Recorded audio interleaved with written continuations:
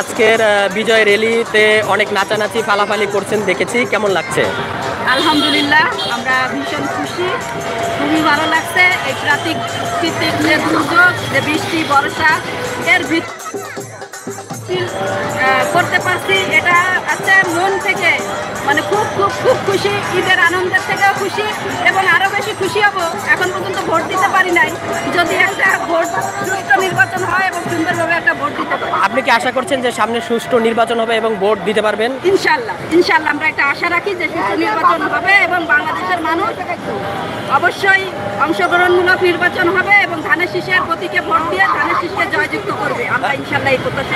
ধন্যবাদ। আরেকটি বিষয় রয়েছে যে আপনি বলছেন যে আসলে সুষ্ঠুভাবে নির্বাচন হবে, কিন্তু বিএনপির যারা ঊর্ধ্বতন নেতাকর্মী তারাও বলছে যে আসলে নির্বাচন নিয়ে সংকট রয়েছে, কিন্তু সেখানে আপনি সুষ্ঠুভাবে নির্বাচন দেখছেন, সেটি কিভাবে দেখছেন, মানে কোন কোন অ্যাঙ্গেল থেকে দেখছেন? আসলে ডে বাই ডে তো নির্বাচনের রোডম্যাপ পরিবর্তন হচ্ছে, পরিবর্তিত হবে। সমস্যা থাকলে তার একটা সমাধান হবে। এখনই যদি ধরে নিয়ে বসে থাকি নেগেটিভ, তো নেগেটিভিটি কাজ করবে। আমরা পজিটিভলি ধরেই সামনে আগাতে থাকি, ইনশাআল্লাহ ভালো কিছু হবে।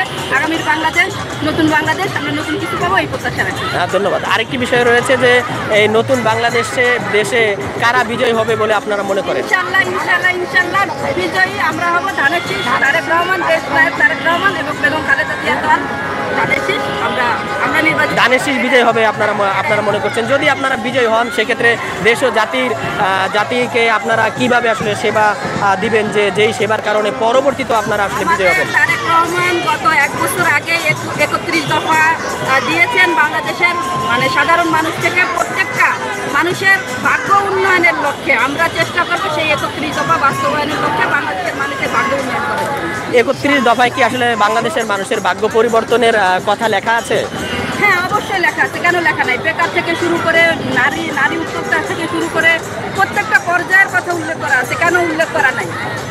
তাহলে আমরা আশা করতে পারি যে এবার যদি ধানের শীষ ক্ষমতায় আসে, সেক্ষেত্রে দেশের কোনো নৈরাজ্য, অরাজকতা এবং মানুষের যে অধিকার, যেমন শেখ হাসিনার আমলে আমরা দেখতে পেয়েছি বয়স্ক ভাতা, বিধবা ভাতা, তারপরে স্বামী পরিত্যক্ত ভাতা, এরকম অনেক রকমের ভাতা ছিল। তারেক রহমানের 31 দফায় কি এরকম কিছু আছে আপনারা মনে করেন? তাহলে কি সেই সুফল বা কৃষকদের যেই বীজ প্রদান করতেন সেগুলো কি চলমান ছিল? এগুলোর ভিতরে দুর্নীতি ছিল, টাকার বিনিময়ে এগুলো বাণিজ্য হয়েছে। ইনশাআল্লাহ আমরা চেষ্টা করবো যে এইসব দুর্নীতি দূর করার জন্য। ধন্যবাদ আপনাকে।